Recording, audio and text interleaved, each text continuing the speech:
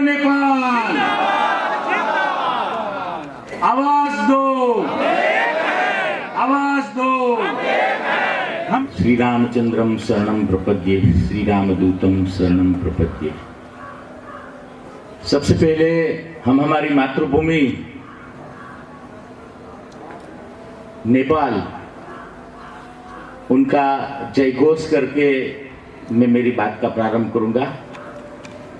हम सब लोग पूरी ताकत से, नाभि से जोर लगा के, यहाँ कंठ से, होठ से नहीं, फेफड़े तक से नहीं, नाभि तक से जोर लगा के दोनों हाथ खड़े करके मैं बुलाऊंगा हमरो नेपाल, हम बोलेंगे जिंदाबाद जिंदाबाद। उसके बाद में आवाज दो हम एक है, मैं कहूंगा आवाज दो, हम कहेंगे हम एक है। हमरो नेपाल, दो बार दोहराएंगे, हमरो नेपाल, आवाज दो, आवाज दो, हमरो नेपाल। एक और कड़ी जोड़ता हूं, क्योंकि विश्व को सुख शांति देने का रास्ता, जैसे मौलाना जी ने बताया, भारत सिर्फ देखो पैसे आ जाने से आप किसी के दिल में स्थान नहीं पा सकते हैं। वो स्थान पाना होता है दिल से। कुछ अच्छा ही करेंगे, अच्छा सोचेंगे भी, तो टेलीपैथी बोलते हैं, अपने दिमाग की बात, अपने हृदय की बात ब्रह्मांड में चली जाती है, और वो बंदा कहीं पे भी दुनिया के दूसरे छोर पे बैठा है, मैं सोचूंगा कि जरा एक, हाँ आपका नाम बताइए भाई जी, आपका? चंदेश्वर यादव। हाँ, चंदेश्वर यादव। मैं सोचूंगा चंदेश्वर यादव जी का भगवान भला करो, तो उनका भी मेरे बारे में वही सोच, चाहे वो अफ्रीका में बैठे होंगे तो भी आएगा, ब्रह्मांड में चली जाती है वो बात। तो विश्व गुरु तो भारत आज से नहीं, हजारों साल से था। जब सिकंदर कहा जाने वाला विश्व विजेता सिकंदर, हालांकि वो महाराष्ट्र से आगे साउथ तक पहुंच ही नहीं पाया है, कभी भी उनका आधिपत्य, न मुगलों का न अंग्रेजों का आधिपत्य हमने स्वीकार नहीं किया, न नेपाल ने न भारत ने।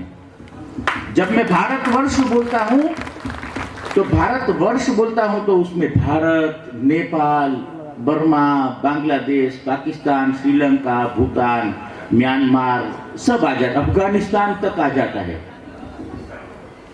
हम ऐसे लोग हैं, जब जनता, वो सिकंदर विश्व विजेता कहा जाने वाला, लेकिन वो खपाटियां, पत्ते, पेड़ बांध के अपनी मर्यादा का रक्षण करने के लिए एक कच्छा के जैसे पेड़ पौधे का ऐसे लकड़ी के वो बांधता था, और ऐसे ही आधे नंगे ही घूमते थे। और यहाँ पर हमारे बैलों के सींग पर सोने के आभूषण, उसके ऊपर भरत, वो तो हजारों सालों से विश्व गुरु तो हम थे ही। हम यानी मैं भारत सिर्फ नहीं बोल रहा हूं, क्योंकि पशुपतिनाथ यहाँ है। 450 साल की गुलामी के बाद भगवान राम जी का मंदिर वो जब हुआ, तो भगवान राम जी, अब मेरा ये भी मुहिम है, भारत सरकार में एक बार ऑलरेडी हमने ये प्रस्ताव कर दिया है कि जब भारत माता का जो ऐसे आराध्य देव भगवान राम का जन्मभूमि स्थान इतना भव्य योगी बाबा ने और मोदी साहब ने मिलकर कर दिया है, तो जानकी माता का भी जन्म स्थान, और उसके लिए भारत सरकार जो कुछ भी कुछ योगदान करे, जैसे बहुत, मैं अभी आज सवेरे योग के कल ध्यान दिन था, तो 21 दिसंबर ध्यान दिन के मौके पर भी हमने जनकपुर में ध्यान करवाया। आज सवेरे भी राम नारायण मिश्रा जी का, जो हमारे पूर्व मंत्री श्री भारत सरकार के, उनके विद्यालय में ध्यान कराया।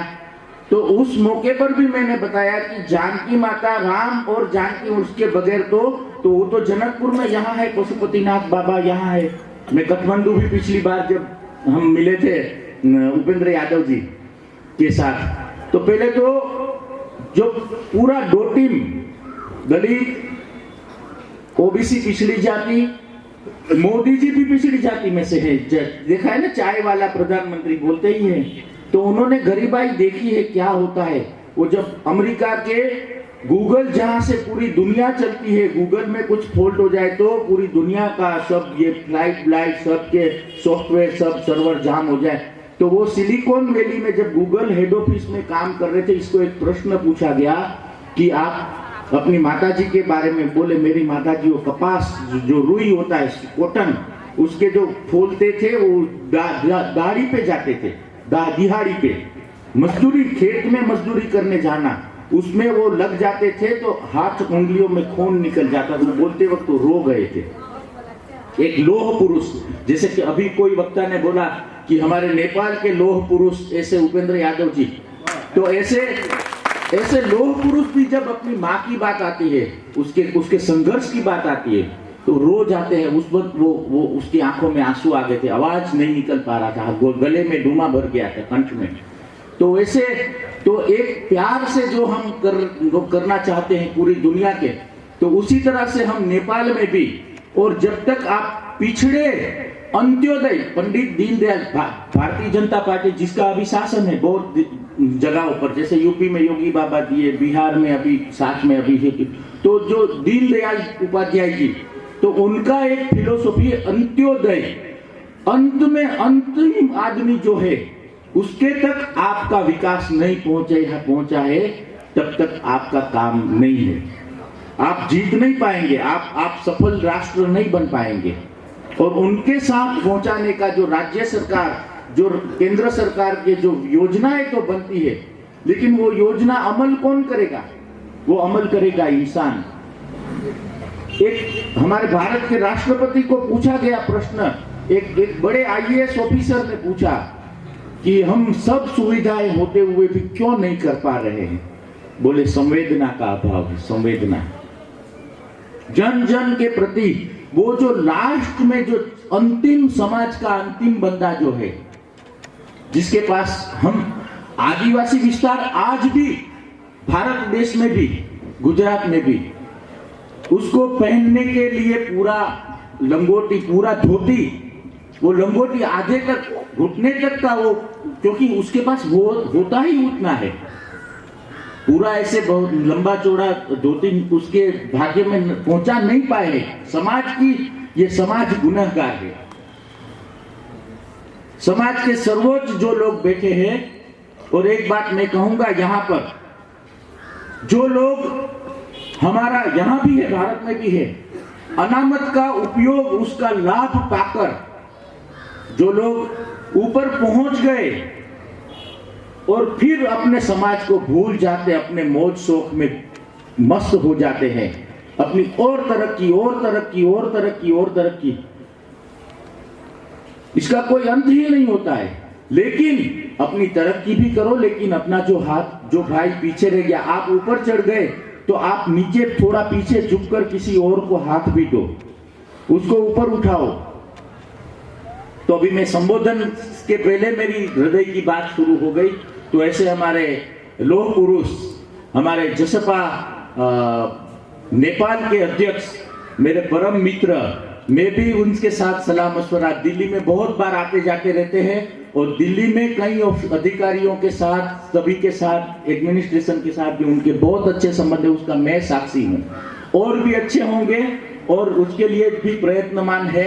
ऐसे हमारे जसपा के राष्ट्रीय अध्यक्ष माननीय उपेंद्र यादव जी, ऐसे ही हमारे गुजरात भारत से आए हुए आजसू के जनरल सेक्रेटरी, एक स्टेट के ऑल इंडिया के, तो ऐसे रांची से आए हुए हमारे डॉक्टर लंबोदर महतो जी, और भी जैसे हमारे मेरे साथ में बैठे, मैंने बातचीत में पूछा, प्रकाश अधिकारी जी, सह अध्यक्ष जी, ऐसे बहुत अच्छी बात बताई मौलाना जी ने भी कि भाई माओवाद वाले यहाँ, ये अब उनकी लिए फसल, उनकी खेती नहीं होने वाली है, अब जनता जाग चुकी है, अब विघटनवादी ताकतों, अब हम एक हैं तो अब है एक ही रहेंगे, और विघटनवादी ताकतों को पनपने नहीं देंगे।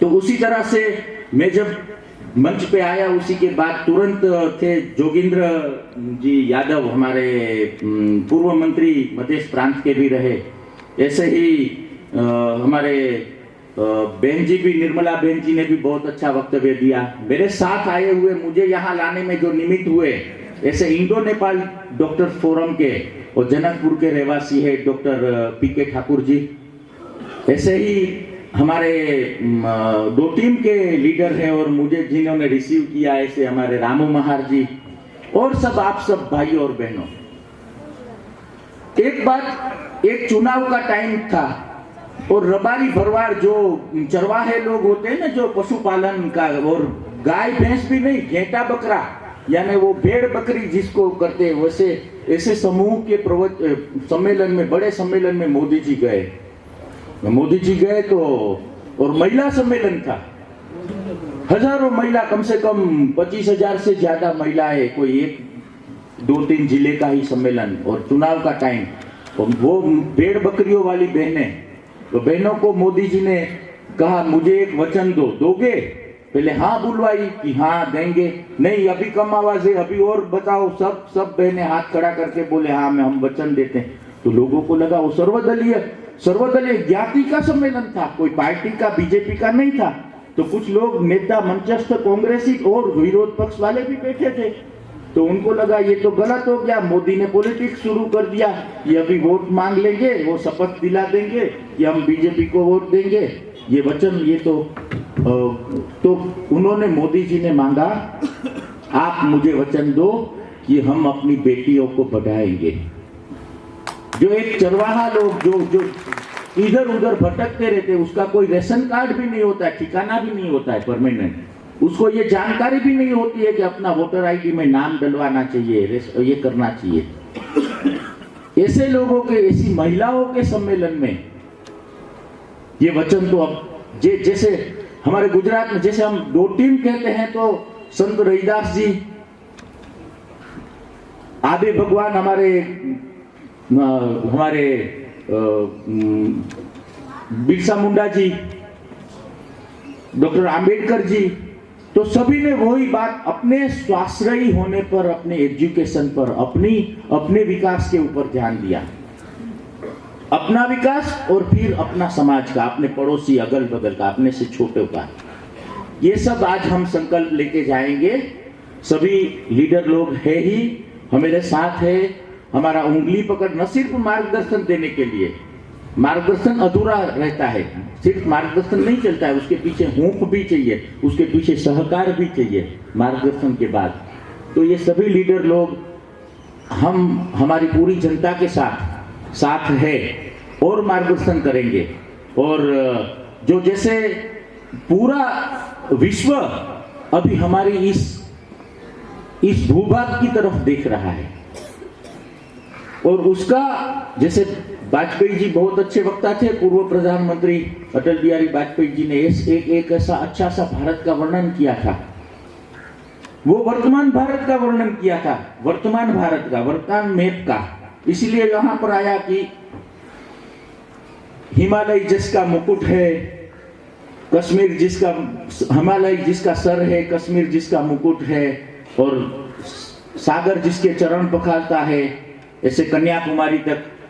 तो नेपाल भी, जब हम पूरा भारत भूभाग बोलते हैं, पुण्य भूमि भारत बोलते हैं, तो उसमें नेपाल भी आ जाता है। तो हम पूरा, मैंने अभी कुछ मिनट पहले मैंने ये शब्द किया कि पूरी दुनिया हमारे ऊपर देख रही है, हमारे सामने आशा से देख रही है, तो उसमें नेपाल भी आ जाता है। तो हम सब अब जग चुके हैं, बहुत अच्छा होगा। आप सब लोगों ने, 2 टीम के भाइयों ने, हमारे पासवान जी, चंदेश्वर जी पासवान जी ने भी यहाँ हमको न्योता दे के बुलाया, और हमारे राष्ट्रीय अध्यक्ष जी उपेंद्र यादव जी को हमको सुनना है। और सब में आदान प्रदान की बात करता हूँ, तो पूरा भारत, उसके लिए भारत सरकार कई कार्यक्रम भी चलाती है, आदान प्रदान के, इंटीग्रिटी के, दो समाज के बीच में, 2 जनता के बीच में इंटीग्रिटी बढ़े, आत्मीयता बढ़े, उसके लिए। तो उसका भरपूर लाभ उठाइए। जब भी हमारे जैसी जरूरत होगी तो आप गुजरात भी घूमने के लिए, पूरा भारत आप सब आना, हम भी लोगों को यहाँ भेजते रहेंगे। और फिर से एक बार धन्यवाद। एक और नारा हम लगा के एक बार और से हमरो भारत भी जिंदाबाद कर देंगे। और भारत नेपाल एकता अमर रहो ये भी बोल देंगे। हाँ ठीक है। हमरो नेपाल, हमरो नेपाल, भारत नेपाल एकता, भारत नेपाल एकता। नमस्ते, सभी को प्रणाम।